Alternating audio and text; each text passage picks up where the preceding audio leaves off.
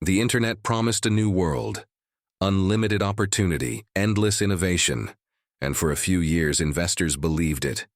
But soon, the dream crashed.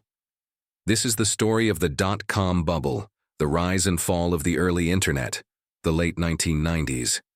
The digital gold rush was on. It was the birth of the online age, and a wave of startups promised to change the world overnight. It seemed simple.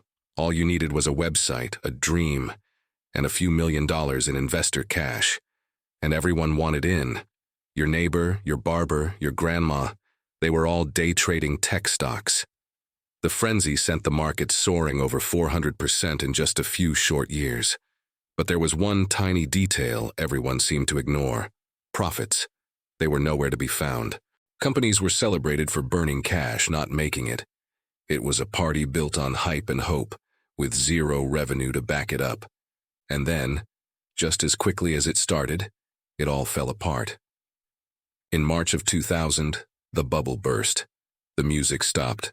Billions of dollars in market value vanished in a matter of months.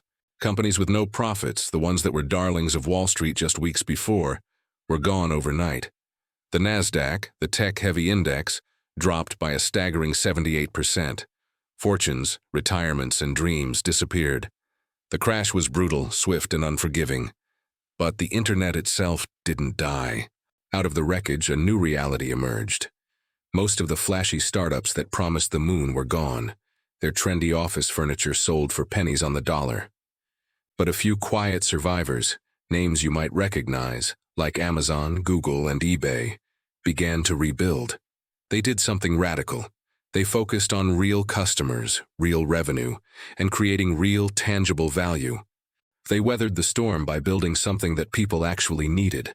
And from the ashes of that speculative fire, the modern digital economy we live in today was born. Real value, it turns out, always survives. Looking back, the dot-com era wasn't a total failure. It was a filter. A painful but necessary one. It separated the pure hype from genuine innovation. It sorted the dreamers from the doers. Most importantly, it taught us a timeless rule of economics and human nature. Technology changes at lightning speed, but fundamental human behavior doesn't. Greed, fear, and the intoxicating rush of excitement are the engines that drive every single boom and bust cycle in history.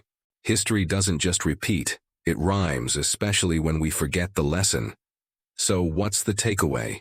Every new industry, every technological revolution starts with a wild, optimistic dream, and almost always ends with a sobering correction. The real winners aren't the ones who get in first or shout the loudest. They're the ones who keep their heads when everyone else is chasing the hype. They focus on substance, not sizzle. So remember the lesson of the dot-com bust. The internet didn't fail. It just grew up. And so can you by building something that lasts.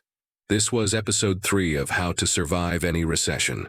Next time we'll dive into the 2008 housing crash, when easy money and bad bets brought the entire global economy to its knees. Thanks for watching. I'm Reese from Powerful Individual. Follow along for more.